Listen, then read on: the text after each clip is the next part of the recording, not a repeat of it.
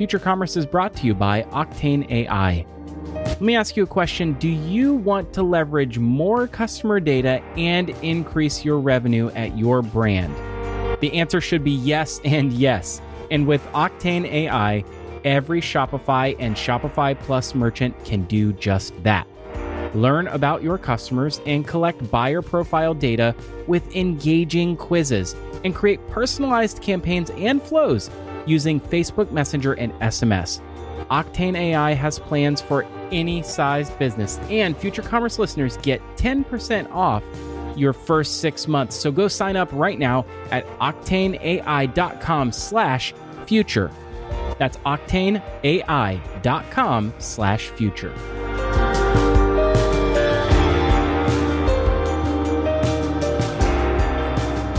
Hello and welcome to Future Commerce, the podcast about the next generation of commerce. I'm Phillip. Brian is out today, but I found a much handsomer replacement for him with us for the second time. But this is the first time that our audience is hearing it on Future Commerce. Welcome, Stephan Ango from the Well-Made podcast. How are you? I'm doing great. I'm glad to be the new co-host going forward, and yes, I have a voice for podcasting, I suppose, a face for podcasting. So we can't prove that more handsome side of things, but you have the voice as well. I listened to you on the reg. Likewise, yeah, I've become a fan of Well-Made. It's one of my at least monthly listens. Do you do this thing? I'm curious from one podcaster to another, if we just kind of random off topic here. I sense that when we drop a new episode, we see episodes from 3, 4, 5, 6 weeks ago light up. And I have the sense that people sort of binge, right? So it's like, if you really wanted to get an idea of like how people consume content, it's really interesting running a podcast because you see people sort of catch up. And I feel like I do that with Well-Made as well. I don't know if you see that at all. Well, in my own personal behavior, that definitely happens, especially sometimes if I'm like cooking or cleaning around the house or doing some of those types of activities, I like to have that same kind of voice going on in the background. I also have certain podcasts that I listen to as I'm falling asleep, which is not at all a diss on the host. It's just like some people have like very soothing voices, and I kind of want to hear what they're talking about and learn through osmosis and just gently...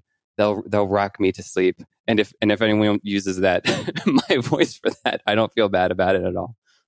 For those who are listening to the dulcet tones of Stephan and Phillip while you're going to sleep, we salute you. It's actually that's the reason why a year and a half ago we were seeing 20-some thousand people engaging with our content, and nobody would ever leave an iTunes review or email us when we said send us some feedback. Because they were already bots? Are they then. real? Yeah, they're all asleep. They're all asleep by the time they get to the middle of the episode. I was like, Brian, we need active content. We need things that you can't like dual screen. And so we started writing essays and reports, and now we have an accidental, research business. It's kind of an incredible thing. Well, that has been great. Yeah, Vision 21. Is everyone listening to this like downloaded the white paper and everything? I think so. It's amazing to watch the folks that engage with it. It's like the New Zealand Travel Board.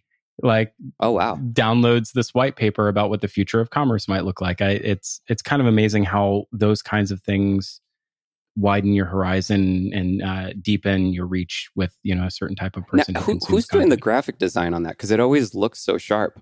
Thank you so much. It's all internal. We are. I say that we're like the first. What I would say is like a vertically integrated retail media business, in that we do it all ourselves. We don't ship podcast editing out to Podcast Motor. We don't ship creative out the door. Like, we have a creative director who has a very strong network of 2 or 3 people that he works exclusively with. Shout out to Jesse Tyler on our team. And, someone knows the typography on your team. That's what I can say. Yes. Yeah, it's very strong. Of course, we're the stuff that we put a lot of thought into, like on the web or on the print side, it takes a little slower to get over to the web side. But we are trying very hard to visually distinguish ourselves. We're very the things that move us and motivate us are the things that we're like, oh God, like we got to do that for ourselves, because that's the thing, right? I feel like there's two parts to this. I'd love to hear your thoughts, but you'll connect with a certain kind of a person on an intellectual basis, like the logic center of your brain. I can write 1,000, 2,000 words and make a really reasoned argument, and that would connect with somebody. There's another kind of a person, maybe even it's the same person, but you can connect in a different way on like an emotional level if you can engage with them through art, because art has this way of bypassing logic. It connects. It maybe doesn't connect with everybody, but when it connects with somebody, and it deepens the experience of the things you're trying to say through words. And that's why I think it's so strong for us, like music in particular, setting tone in music, and setting across both all the multiple properties that we have these days. And then, the artwork being the other piece of that, the sort of visual music, if you will. I think about that all the time, especially in my aside from Well-Made, I'm running this supply chain packaging company called Lumi, which is the actual thing that you do.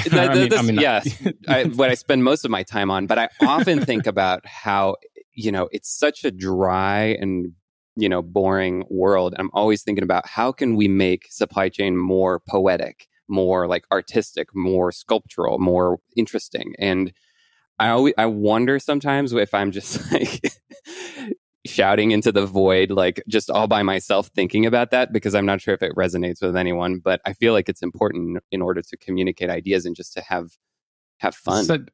Such a strong, like this is the podcaster and you being so good at your job.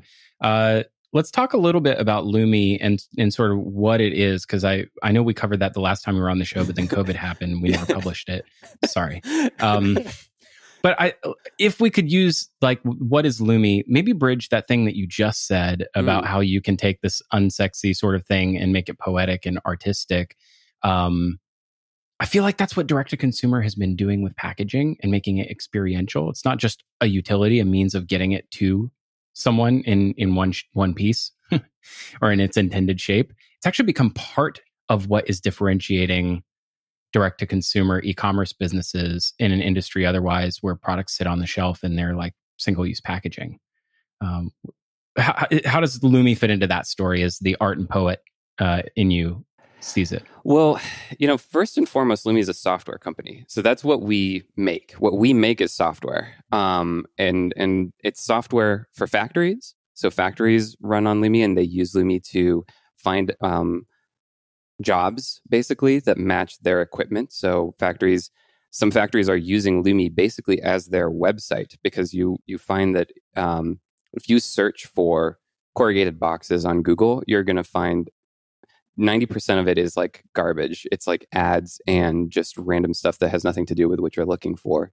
And a lot of those, the companies that truly have the equipment, the people who are doing the real work, they are not web designers. They're not software creators. They're manufacturers. And so we give them the tools to showcase their capabilities, tell the world about the kind of certifications and sustainability work that they're doing.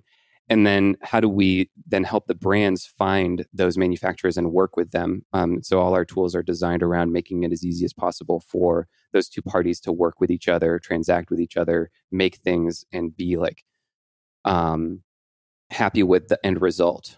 So it's protocol oriented. It's like creating the language that allow those two parties to work with each other.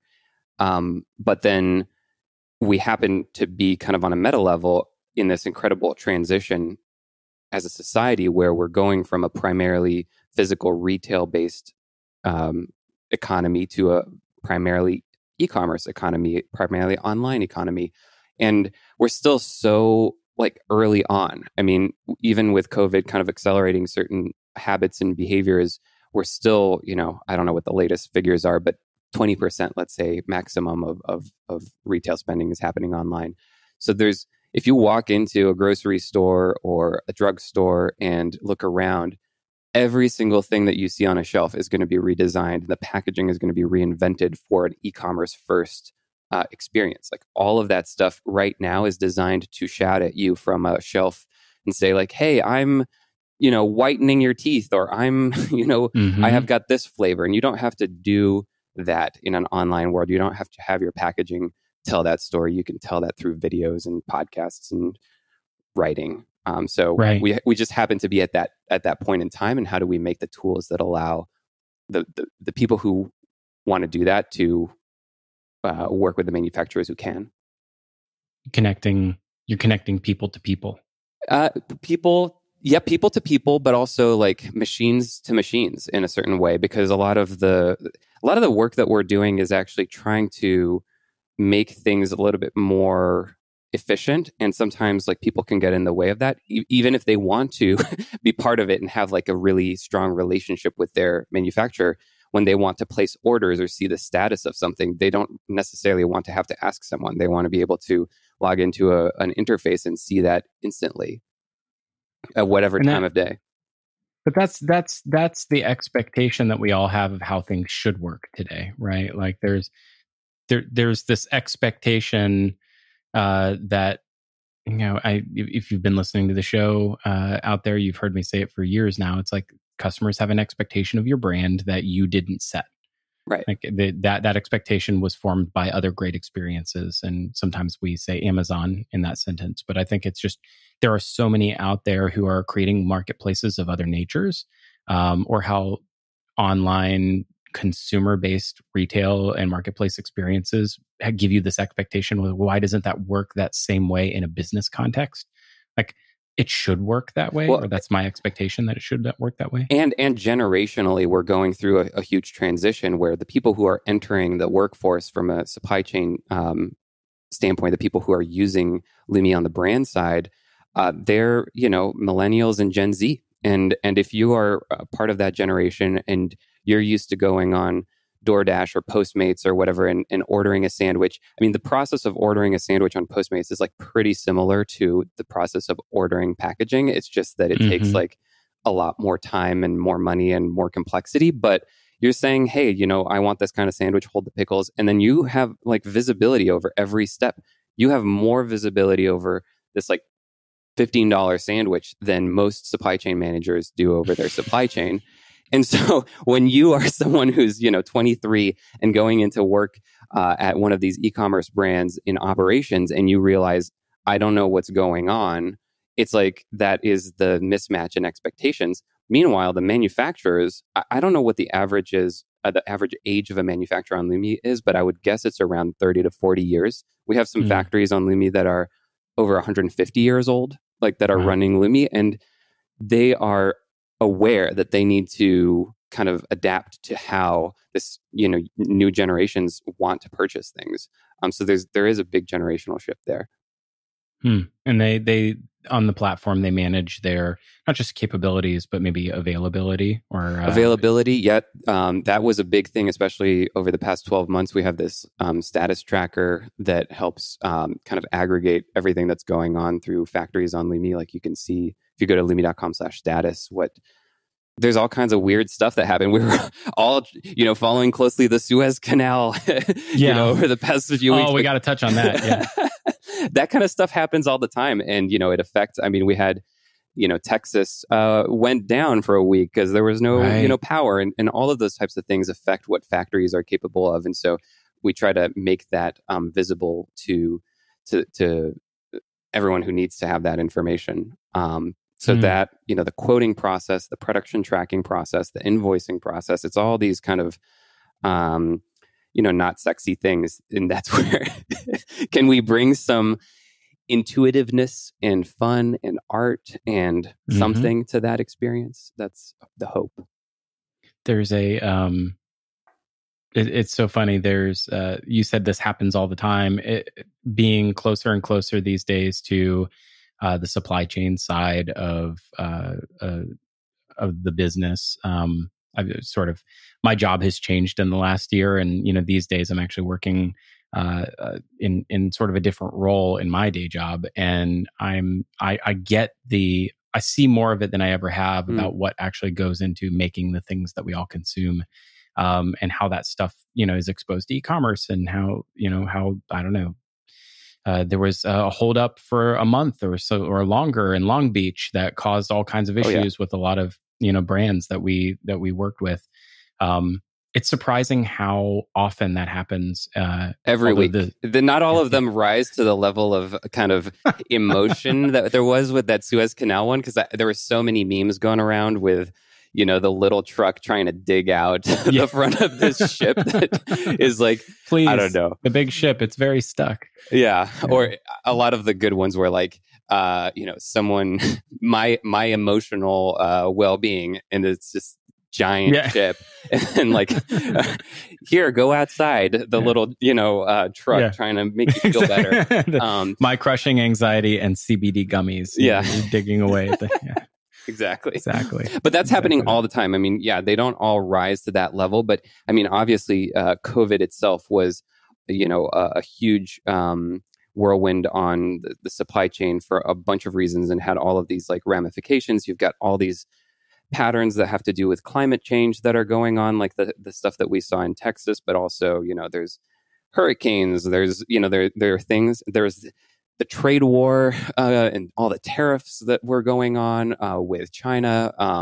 So every week there's something along those lines, and some of them are more fun and interesting to look at, and others are more terrifying. But they all end up having some impact on the brands and the manufacturers that are using Lumi. There's one of the themes of the report that you brought up earlier was this trend toward maximalism, which is such an interesting thing, and it's expressed in so many different ways. In fact, I'm writing a piece today that will go out over our newsletter, The Senses, which is where I'm saying the reason that April Fool's Day this year felt so much less than is because everything every day is always maximalist. It's like it's April Fool's Day every day. Things that seem absurd happen every day, but that's the world we live in now. In fact, products that you are convinced should not exist and have no audience actually do, and they do. And so it's like, I remember the Incredibles. It's like when everyone's super, no one is. Well, when everything's maximal, like, like when everything's absurd, nothing is. Like that's it's so funny because I'm going to contrast that. The reason I'm bringing it up is I'm contrasting it against the very last podcast of yours that I listened to in the old world. I remember I was driving to the last event that I ever went to in person anywhere in February, late February, early March of 2020. And I was listening to you interview Kyle Chayka about minimalism and digital minimalism, and this idea of like, not just minimalism in like, the aesthetic sense of the way we decorate our homes, but almost like how like living digitally minimal. And I feel like we're so far away from the world where that was a topic that we talked about. I don't know. I feel like so much has happened. I'd love your counterpoint on that. Well, I think that it's like everything is happening all the time, and it's hard to parse what people's actual preferences are. And so I do think that there are certain things that are possible. Like, I feel like we're going to be in this golden age of business as performance art, where like people are doing things that don't make sense, but they're doing it on, a large scale when it comes to the marketing of it, but actually a small scale when it comes to the, real dollars that are moving around. But that's okay. It's kind of interesting and fun. Meanwhile, I do think a lot of people are trying to simplify their life. So that no one asked for that minimalism podcast. It was just, probably 20 to 30% of my guests are just people that I'm interested in and ideas that I'm curious about. And I've always kind of had a more minimalistic approach. I mean, even just the title Well Made of the show is sort of about how can we find, the products and the things that are well made and focused on those. Can we have less stuff and have more better stuff? I think there's always space for that, right? And it's the thing that I love about Well Made is this intersection of people, or sort of almost, I want to say activism is probably the wrong word, but it's people that have, a particular point of view and a story to tell. And also sort of the duality of how that fits into the world that we actually live in, and how we all enable commerce to exist.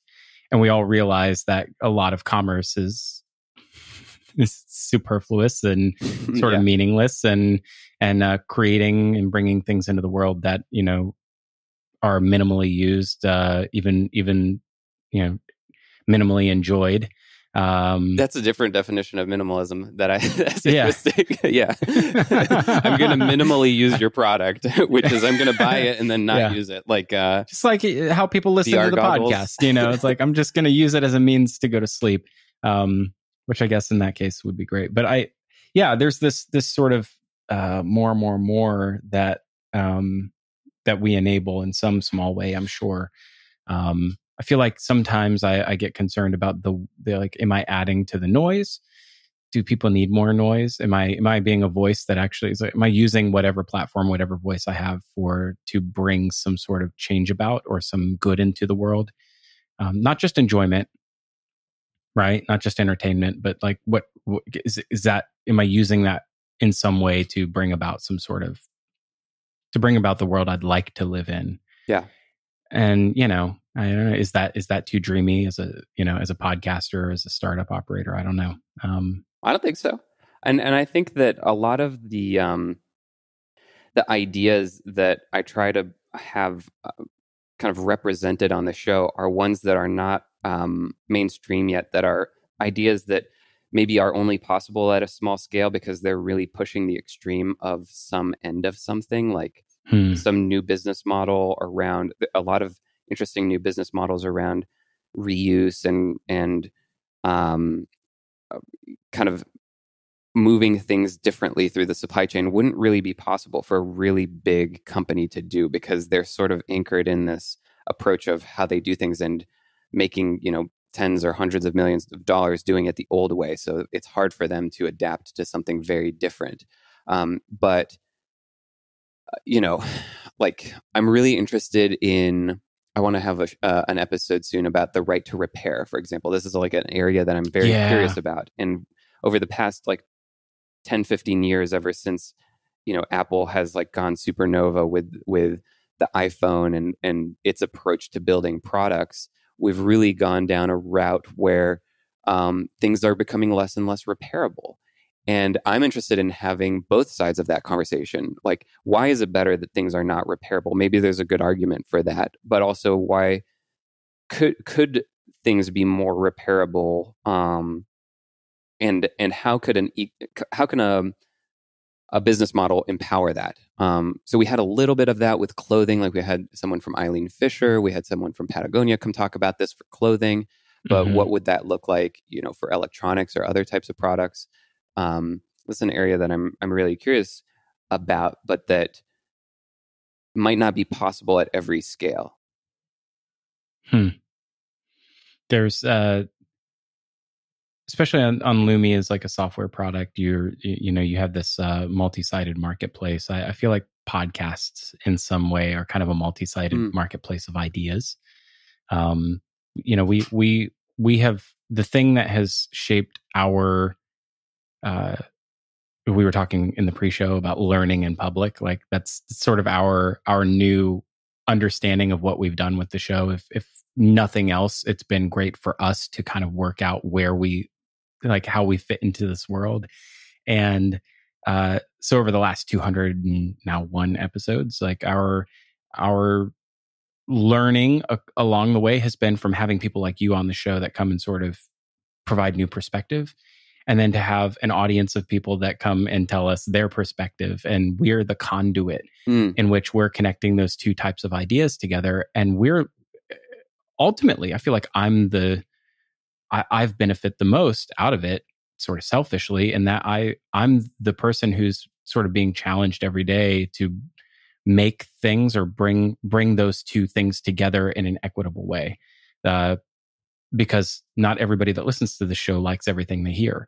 And we hear about that sometimes, right? And I don't know. Do you sense that you have that sort of I'm same? totally in the same mindset that I want to learn in public, because I think there is such a fear now in the world of being wrong. Like people are afraid of being wrong, and and like cancel culture, for example, has like even further pushed people in that direction. I think as a side effect, like there's obviously a lot of good things that have come out of it, but there's also that fear of being wrong, I think is more exacerbated than it's ever been, because if you're wrong on the internet, then 10 million people are going to come after you, and that fear exists. And so I think most people are wrong about things all the time, and it's okay to be out there with saying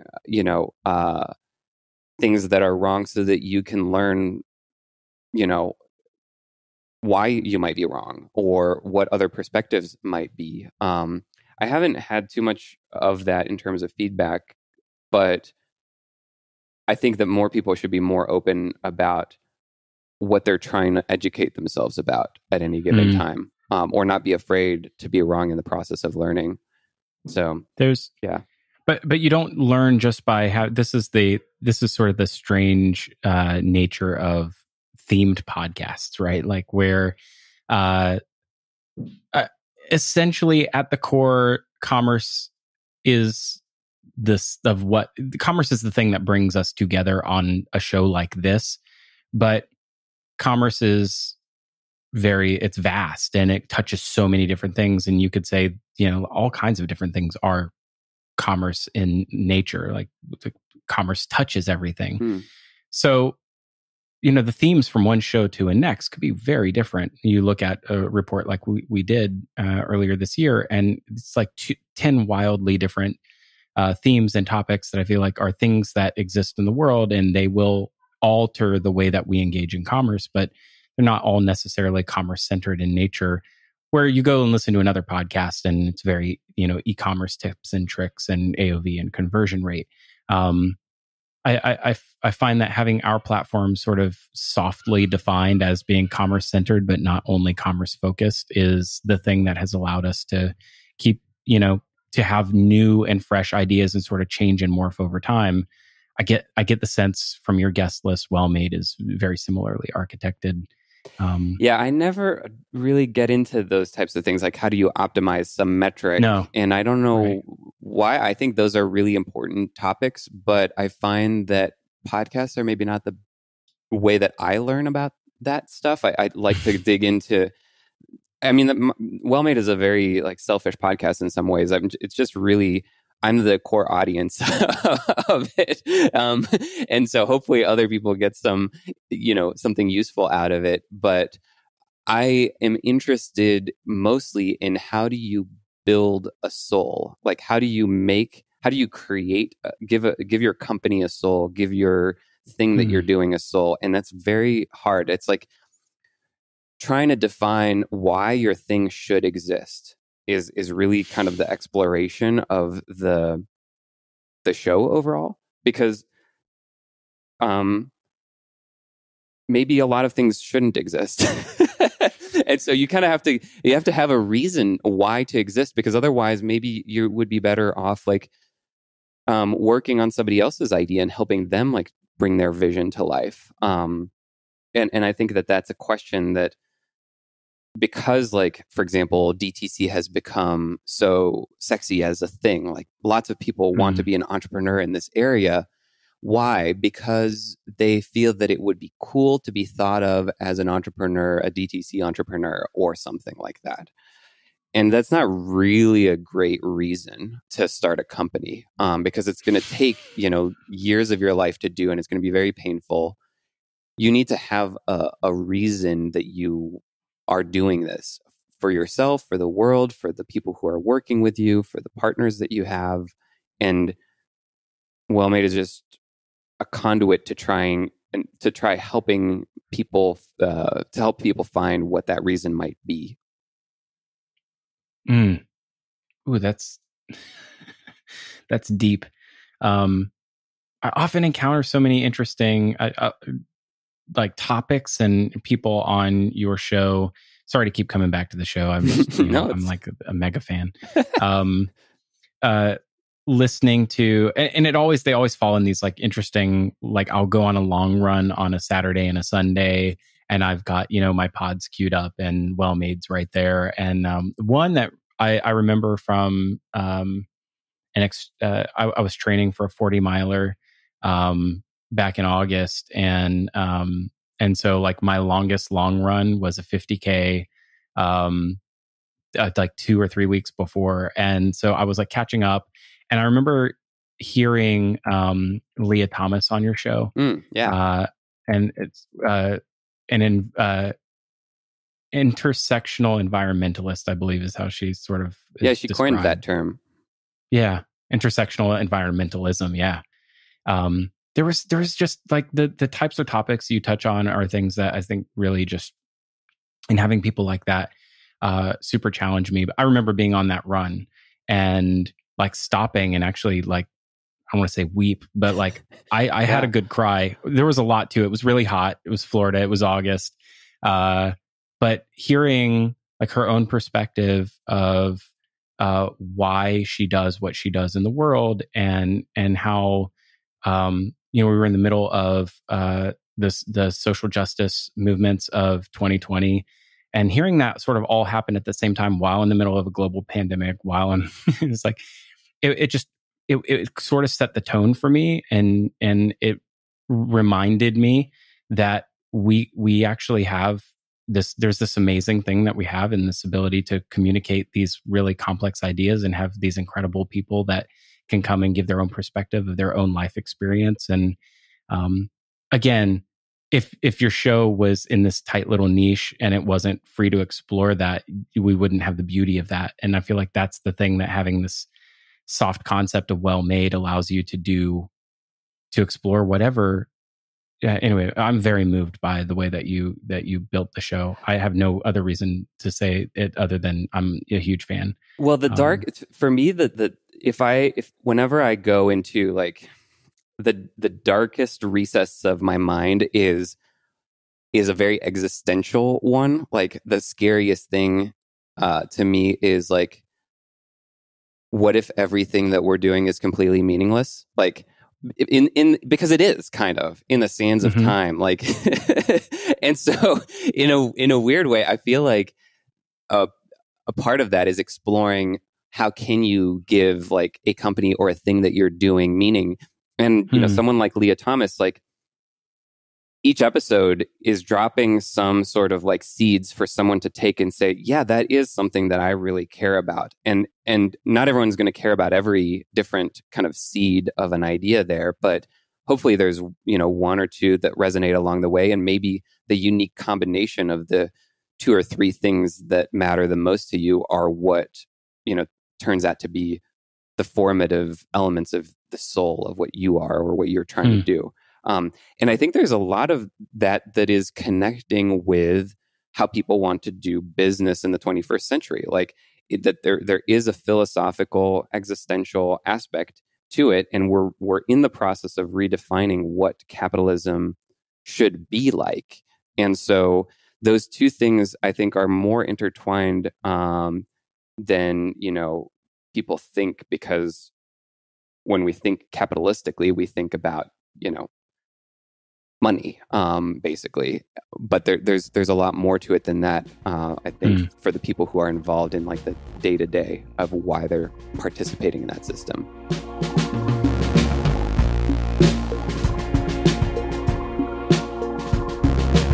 Hey, Phillip here to tell you about our newest sponsor, Octane AI. If you are on Shopify or Shopify Plus, and who isn't, am I right?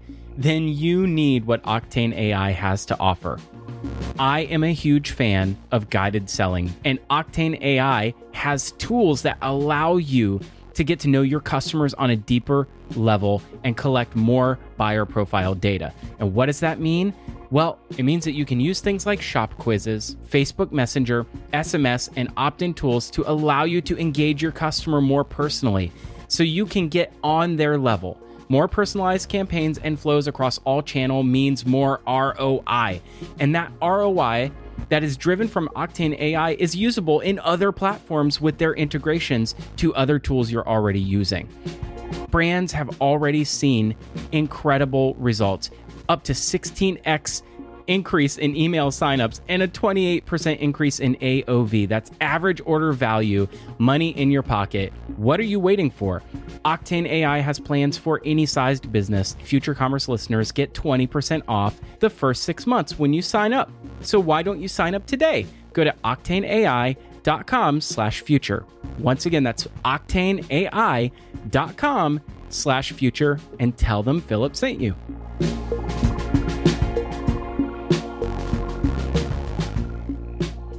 Do you see the things you do as well made aside?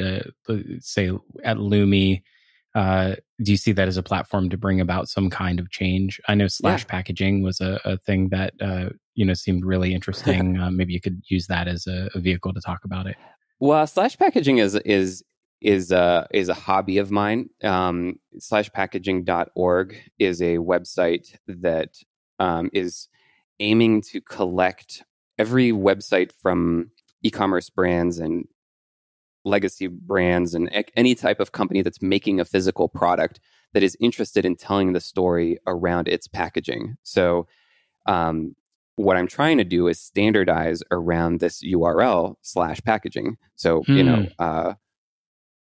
futurecommerce.com/packaging or whatever the brand might be. And now we've had around 100 companies who have joined that and created a slash packaging page, from really small startups to like Amazon.com/packaging and Neutrogena.com/packaging. And so you can go there to slashpackaging.org and see all of these companies and what they're doing. And a lot of it is about learning in public. I'm trying to get across to some of the slower movers, like the bigger companies who they're like, I see what you're doing. I'm interested, but we're making some major improvements to our packaging right now, and we're not going to put a page up until next year.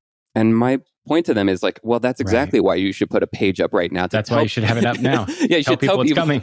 Tell people that you're working on it, because we want to make sure that companies can operate not in silos and collaborate on this broader problem, which is that we don't want to live in the Wall-E universe. Like, we don't want to live in a world where 50 years from now, we've got skyscrapers made out of trash and we have to go live on Mars with Elon and his colony. Like, we want to keep Earth a place where we want to live. I'm very supportive of also going to Mars, but I also hope that Earth is a place that we want to live.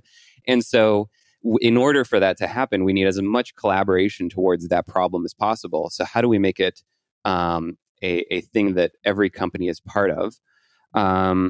But I think that as far as that's kind of a hobby, it's a very long-term thing. I plan to be doing that for as long as there's websites. So if websites still exist in 50 years, like hopefully all of them have slash packaging. So there's no real benefit to me doing that. It takes up a decent amount of time and the results are kind of like not amazing, but it's a fun project for me because the people who are within those companies creating the pages, they really enjoy doing it because they put in a lot of work that never gets talked about around some of these really boring things where they, reduced the gauge of plastic by 10% and it made this huge impact. And someone worked tirelessly for, a couple of years working with all the different suppliers to accomplish that. But actually, like, that story doesn't get to be told. And so that's maybe the most rewarding part of it, is like getting all of these nerdy supply chain people together and having that conversation and giving them a platform to share the work that they're doing. Even though it's maybe incremental, it's going to be a death by 1,000 cuts. Like, we have to hit all of those like incremental improvements to really avert the Wall-E scenario. Ooh.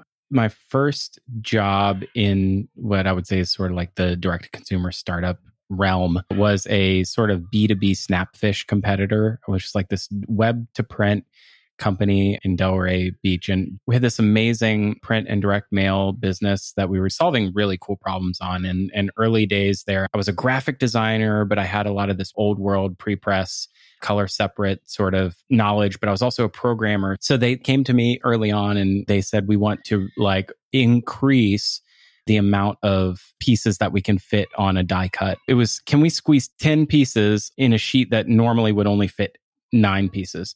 What we realized is that it wasn't just that we saved margin and that we could fit more in a shorter space. It's that we had so much less waste at the end.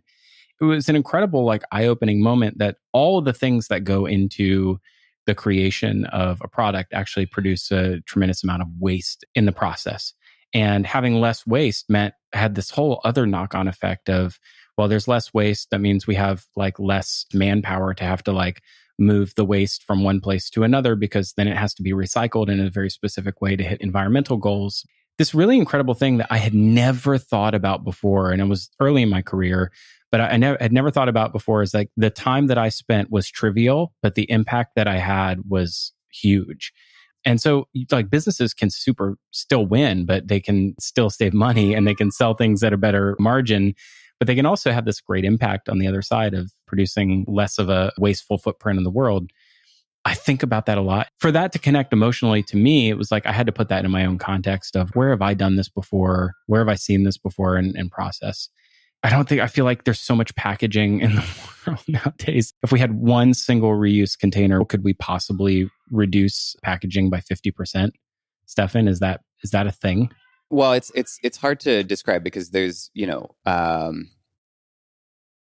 a lot of growth happening in the world at the same time. So, what are we trying to reduce in relative terms or in absolute terms, the total amount of packaging? I mean, I think that what we're trying to do is move generally in the direction of a more circular economy, where the inputs, we don't have to have so much waste from the raw material to going through the full life cycle of the product. So can we use more recycled content? I think it's less about are we actually going to remove a lot of packaging, and more, are we going to make it a more self-contained system? Because unless we are successful at inventing like a teleportation machine in the next 100 years, which maybe will happen, I don't know. I'm looking forward to that. That would solve some interesting problems if we can get there. I'm not sure if we're going to actually like see in absolute terms a big reduction in packaging. I think what is more likely is that we can go towards a world where the inputs and outputs are more tightly connected, and that we don't have to, go in and cut down trees that are, which is actually not really happening anymore, at least in the US. Like most of the paper that's being used is all from managed forests, but there's still a lot of plastics that are coming from, virgin sources. There's a lot going on there that can be improved and made more self-contained and circular. That's probably where we're going.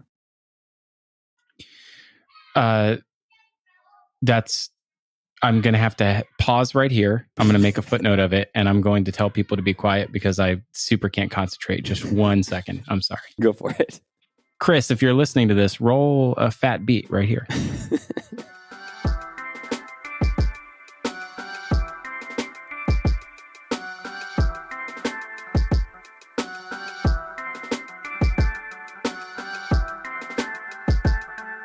Sorry, I'm not trying to be prissy about it. Apologies. It's like 385 days of working at home. You would think I'd be used to it.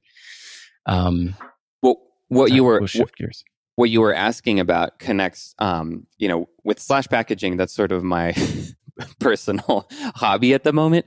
But I think that in some ways, I don't know what the answer to that question actually is. And I kind of would rather open it up to entrepreneurs to go and answer that question. So that's the power of like being involved in making tools, is that we don't necessarily have to have the answer to some of those questions. We can, if we are creating the tools that help make manufacturing more accessible to people, they can then bring about some of these innovations themselves. And we don't have to be behind the innovation. We can just point people towards, here's how you access manufacturing. Here's a framework for you to understand what are the more sustainable options versus the less sustainable options. And then you take that and apply it to whatever industry you're in, and figure out what the biggest problem in that industry might be and solve it in the best way that you can. That's, I think, what, wow, really well said, because I think that's a bit of a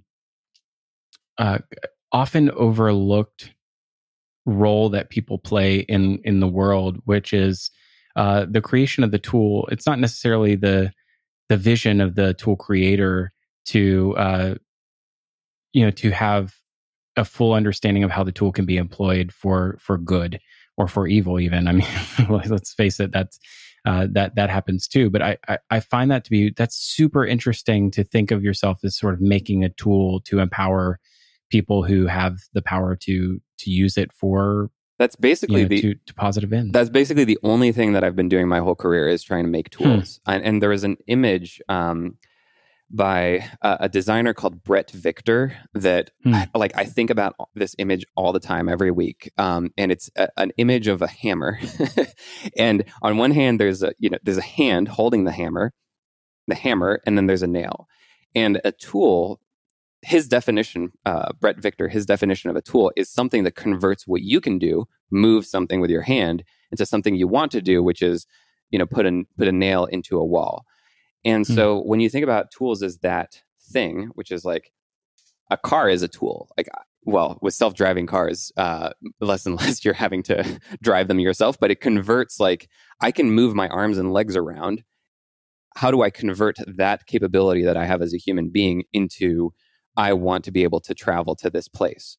Or we now have all kinds of tools that are computer-based. So I have the capability as a human being of typing on a keyboard and looking at a screen. How can I convert that into being able to manufacture things all over the world in, a few clicks? And so I find that is, for me, just really, really rewarding as a life path to give people. I mean, podcasts are a tool. People can. I was going to say that myself. Yeah, people can listen to things with their ears and convert what they hear into something that they can do.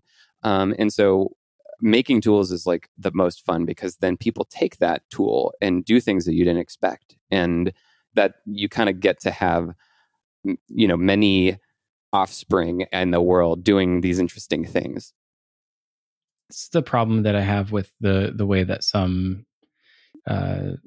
trade media in retail trade is employed, which is there's a lot of focus on best practices, right? And I'm all for best practices. In fact, I feel like we're heading down a path of what I would call reverse skeuomorphism, where there's the things that we have that we take for granted in the real world are soon to be imposed on the digital world. A good example would be web content accessibility guidelines becoming case law is a great example of the real world and the structures we have in the real world that provide reasonable access for people that are disabled to be able to have, to have public accommodation, to be able to get into a building or to use a restroom, or to give them the same means of access that anyone else would have. Those are things that are coming into the digital space. And so I have this sense that in the future, building codes for creating digital experiences are a thing that we all have to abide by, because it's not only is it the right thing to do, but it's the thing that provides a public accommodation for people to be able to use software, for people to use a digital experience. And that's something we take for granted every day in the real world. There's a reason this roof hasn't fallen in on me, and that's because somebody, designed the roof to withstand a Category 5 hurricane. Because I live in Florida, it's we build things for a reason to a certain code because it's good for people. We're so early on in the web. We're 40 years into the web now. We're right at the beginning of this thing, that we haven't really understood how the tools could be best employed for good or for bad.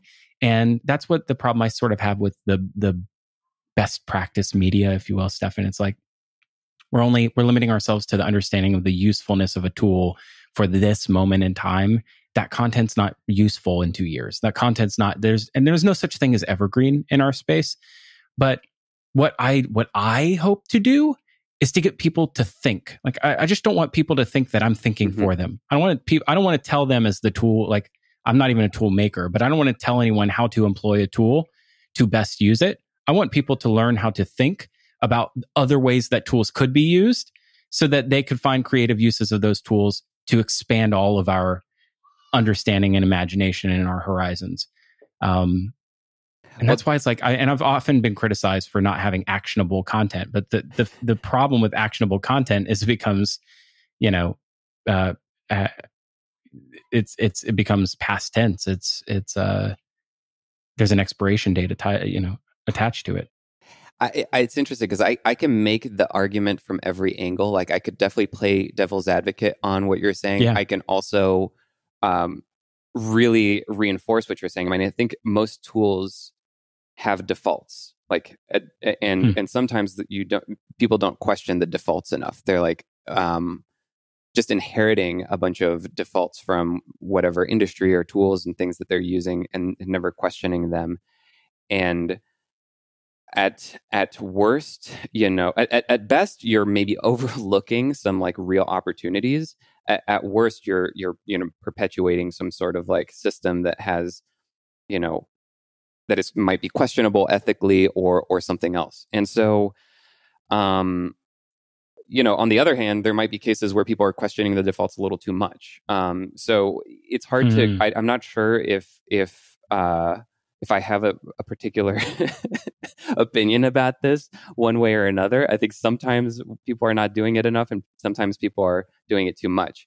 But I think the parallel to software is interesting because, the software has had major evolutions, and one of the big moments in time that was like very inspiring to the early days of Apple was the transition towards object-oriented programming, and that idea is like, basically, instead of writing all the code, we have been moving for the past 40 years in a direction of more and more levels of abstraction, where you can take an entire system that has been built and just kind of plug it into whatever you're doing. And now we're evolving towards a world where it's almost like object-oriented company building, where you can kind of glue together like entire systems and kind of run your company very lean on top of like these entire chunks that have been created by other people. And so as a result, you're inheriting all the assumptions and defaults that they've made, which may or may not be good. I mean, sometimes, they're kind of the middle area of the bell curve. Like, yeah, they're good 80% of the time, but maybe they're not actually perfect for whatever it is you're doing. Yeah, and I think that's what leads to, this phenomenon where it's the Shopify effect, where the tool that has been that has given so many people so much opportunity also is the thing that has so homogenized experiences that it's like we are now suffering from a sea of sameness, and that itself is fatiguing. Right. And it became the very tool that brought about this huge change. And it's no way to criticize Shopify. We are, full disclosure, we're partners at Future Commerce with Shopify. Love them to death. Thank you for your business. But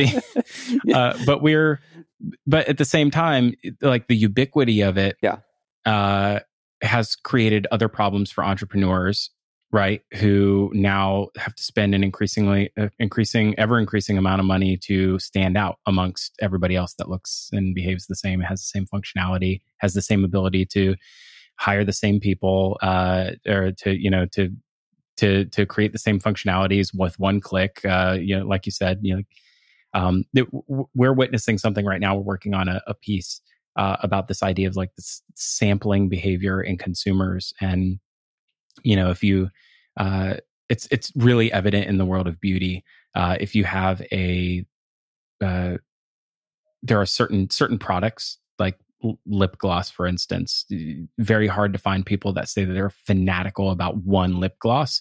You kind of sample lip gloss, but mascara, if you wear mascara, like you have a favorite and you very rarely change that. I find that to be fascinating. The same thing is happening in the Shopify ecosystem, where there's this sampling behavior that is evident in Shopify store owners, where because they can install 15, 20 apps a month and then retire them.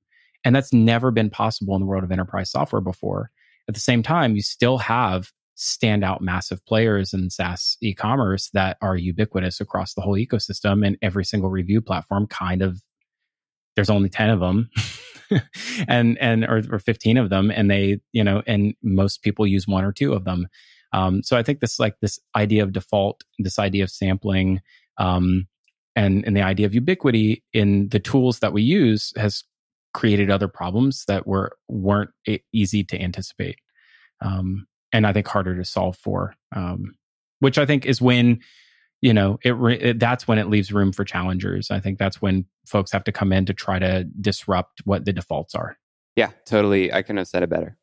I wanted to, speaking about this concept of skeuomorphism, I find it fascinating. So you're sort of in that supply chain world, which I always say is packaging, but it's not. But there's this with the explosion of it in general is manufacturing. Yeah. Okay. In general. Yeah. But in my context, I always come back to, watching how the digital world adopts real world behavior for us to understand it. Like the skeuomorphism, the example always being like the legal pad, design of the Notes app on the iPhone for many years. It's like it looked like a yellow legal pad. And that was for us to understand, or for the broad consumer base to understand how to use a Notes app, right? It doesn't look like that anymore, but that's how it looked for us to drive adoption. I find it fascinating watching NFTs right now mimic trading cards. Like they look like trading cards. They look like a piece of the real world that's now expressed in the digital world. And I wonder, I'm kind of just throwing this on you out of nowhere, like, do you see, and like loot boxes are another great example, like in video games, like we have taken something from the real world and we're expressing it in the digital world for us to understand it. Eventually that will mature to have it to take on its own context that couldn't exist otherwise. Like NFTs will become NFTs, and we'll do things with NFTs theoretically one day, unless it's a huge bubble that couldn't exist otherwise. I'm curious if you ever think about things like that, or how you see that play out in your world and how that informs. Well, I think about that. I think about the reverse, right? Which is how does things that we've learned about the software world apply to the physical world? And I think there's a lot of that, right? A good example of that is I think a lot about Amazon Web Services when I think about what we're trying to build with Lumi. Because think about the past year as it has looked like for Zoom, right? Zoom was this company that, was kind of this B2B enterprise software. And now the whole world is using it, and they've grown their subscriber base however many hundred, like 1,000%. And now every school is using it. Every office is using it. Everyone who just wants to chat with their family is using it. And yet the scaling has been almost, maybe they had a few issues here or there, but pretty much has been very smooth. And that would be impossible in the physical world. I mean, just impossible. The fact that you could go, overnight, like have 100 times more demand for your thing, you wouldn't be able to instantly be able to deliver it. And so I think that this is a really interesting question about how supply chains will evolve. One concept that we've been pushing forward is this notion that is a software term called load balancing. Load balancing is we're talking about Shopify, we talk about any website nowadays has load balancing, which is when too many people are trying to access it and one server starts to slow down, you're routing that traffic to other servers so that everyone still has a high performance experience. Well, in the world of physical manufacturing, when you have a crisis like COVID, or you have something that is happening, somewhere in the world with the Suez Canal or something, how do you enable that kind of redundancy where all of a sudden, like, yes, I can turn on manufacturing in this other location to reroute things so that nothing is getting slowed down. Or suddenly overnight, my product went viral on TikTok, and now, I have so much more demand, and I'm going to be out of stock like within the next week. How do we make sure that we have these scalable systems that allow us to kind of do what we're doing in the digital world in the physical world?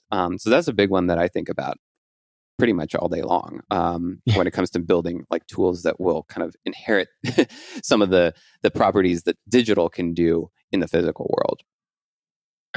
And that's fascinating, actually, because you are creating a tool that ostensibly allows, that allows for that. I would assume. Yeah. Do you have examples, or do you have like a real world example of those sort of like impacts where people were able to use Lumi to find, stand up manufacturing? That was 2020. Every brand had a thing. Every brand.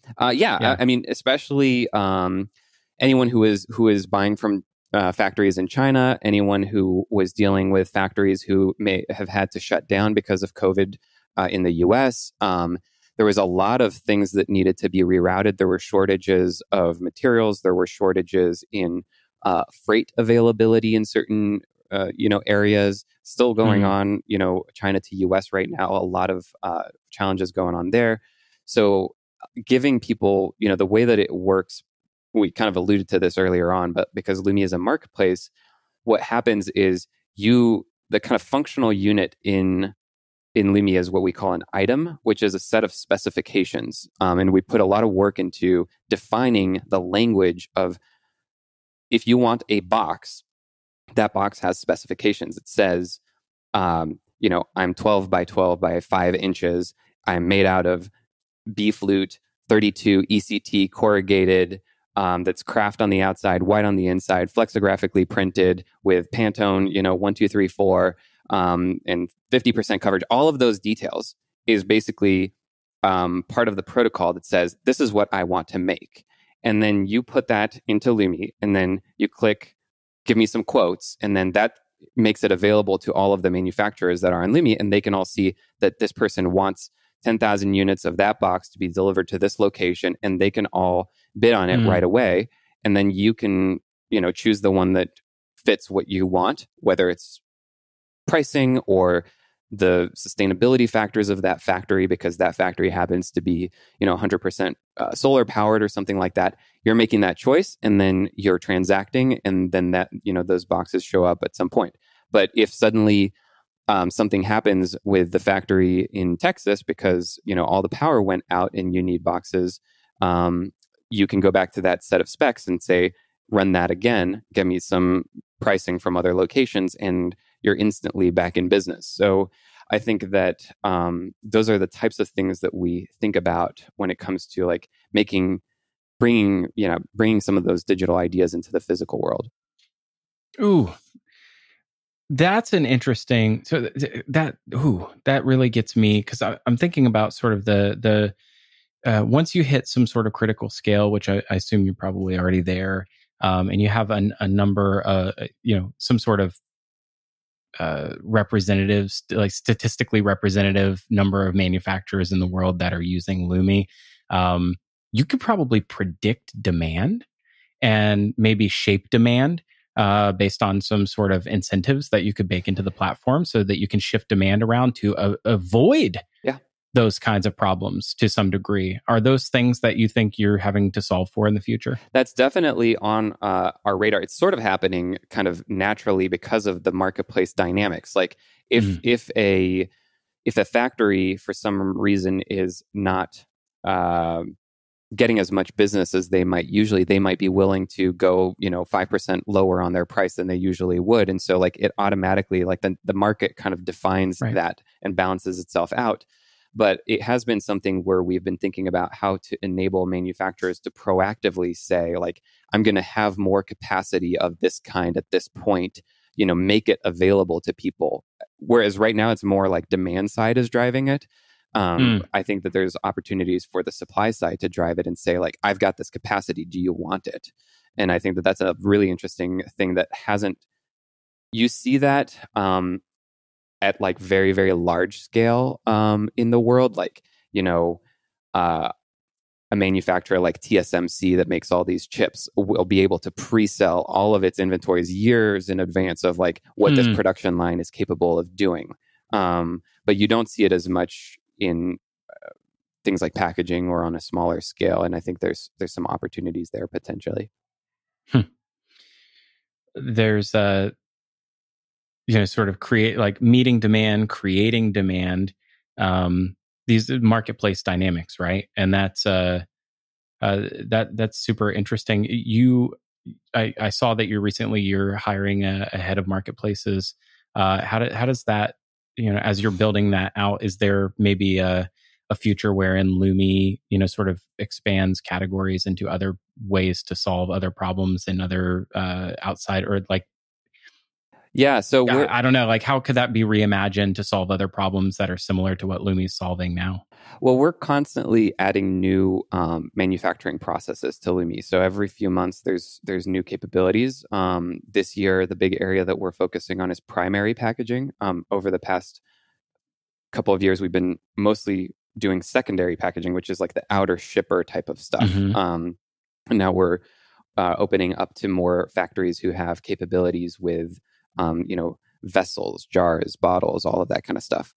And we move fairly like intentionally one process at a time because we are trying to define that language that I was talking about before with specifications. Yep. So we want to have a very strict way that we match supply and demand, and that's based on like what is it that they want to transact about. So that's how we approach adding new manufacturing processes to the platform. But in the future, we think of ourselves as a manufacturing platform, not a packaging platform. So it could go into many different directions in the future. As far as the question about the head of marketplace operations, like that role is really about monitoring, I guess. Like, we have a supply chain management service as well.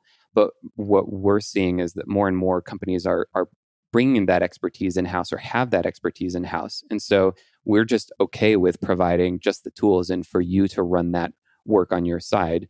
So what marketplace operations is about is really kind of monitoring at a larger scale all of the activity that's happening on Lumi to see like, oh, here's a problem that's waiting to happen, and kind of calling that out and making sure that that problem doesn't happen because, someone's, waiting to get a proof approved, like, which is like one of the critical moments, or samples need to go back and forth between the brand and the manufacturer. And we realize like that workflow could be streamlined a little bit. So we're really in this like monitoring world, kind of seeing how things are happening and adapting what we're learning from streamlining things on one side. Like the cool thing, if you're a brand on Lumi, is that you're constantly getting the benefit of what other brands on Lumi are learning. And Shopify kind of does that too, right? But like in the physical world, it gets kind of interesting.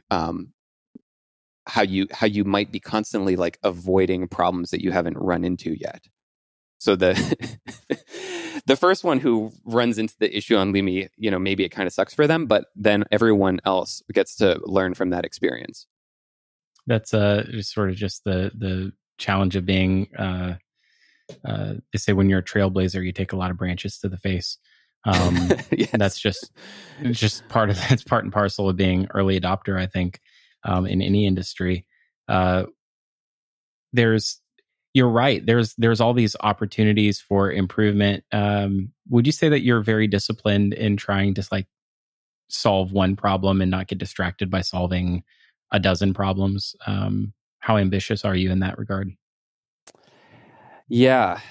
I don't know. It's hard for me to answer that question. I feel like you'd have to ask like our investors or something like that. It's hard because I'm so in it, I think that we're pretty good at that. We tend to move a little slower than a lot of startups because in a way we kind of have to, because like I was mentioning, like the manufacturers have been around for 100 years. And so not that we're moving at that pace, but that we're certainly accommodating their rate of learning and adoption.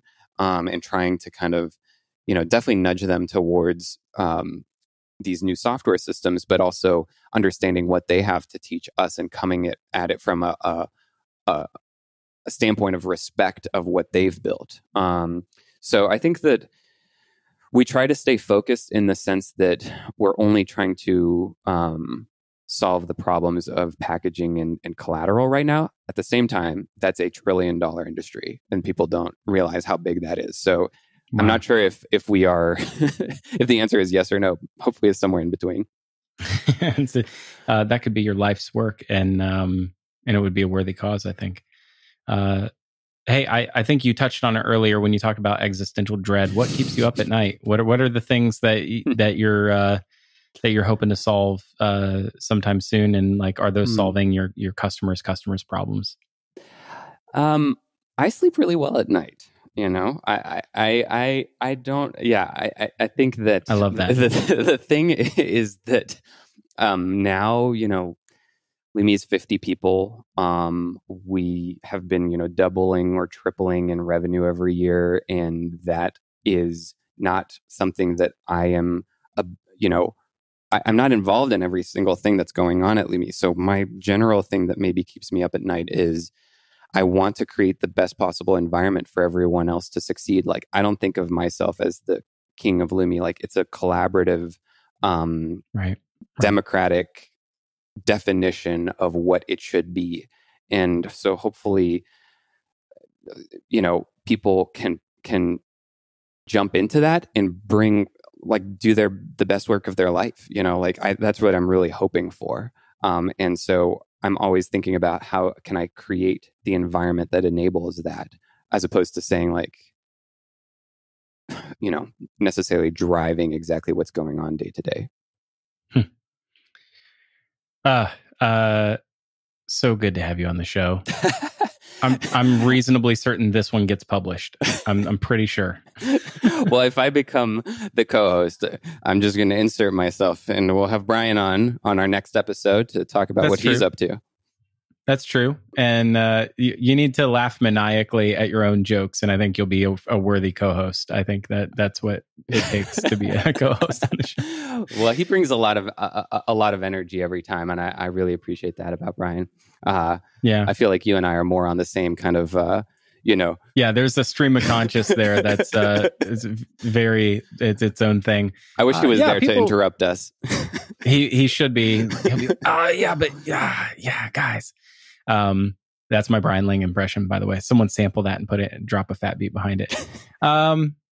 It's been so good to have you on the show. Yeah, I love talking to you, and I love everything that you're doing. So when we did our fated episode that ended up in the can, it was like the crossover that nobody asked for. But you know, I was trying to compare it to the Avengers. It was coming together. Yeah. It's bringing all the superpowers. I don't know who the rest of the Avengers team is missing, but we should have like a podcasting festival for this whole. I don't know, the whole crowd. You know what?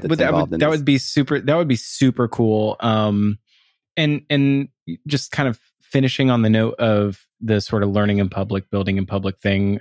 We were talking in the pre-show about someone I admire, Packy McCormick, and there's something Packy has done in building from the beginning that I think completely upends the way that I think about creating, creating content that I think people want to listen to. There's been this taboo in the industry for years of sort of creating content and then not letting that be co-opted by commercial interests.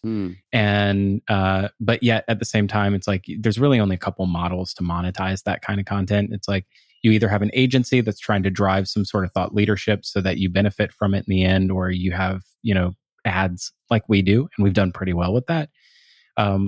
Or this other model, which Packy seems to be doing, which is just being sort of blatant about it and sort of saying, hey, like these people or these like businesses and corporations have deep expertise. And they could bring a really interesting perspective to the whole of one very narrow topic by allowing them to co-create the content with you. And that's something I'm hoping to explore more, because I see people like yourself who have this deep expertise, and companies like Lumi who could be saying and doing so much more with us. No, I'm putting you on the spot here. But like we could be doing something on such a different level where if, in times past, we would have only thought about that kind of a collaboration and, hey, I make the stuff and you sponsor it.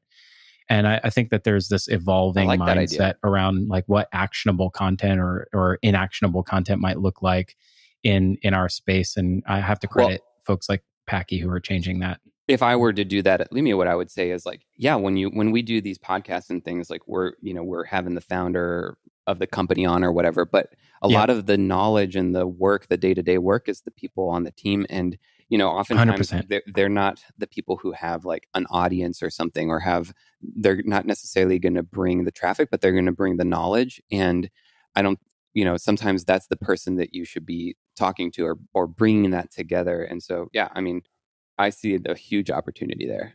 Let's do it again. If we can keep Brian away, that's fine. But I think maybe we should have you back with Brian on as well. Anytime. Thank you. Thank you, Stephan. Stephan Ango, hey, go check out his podcast. It's called Well Made. It's one of my favorites.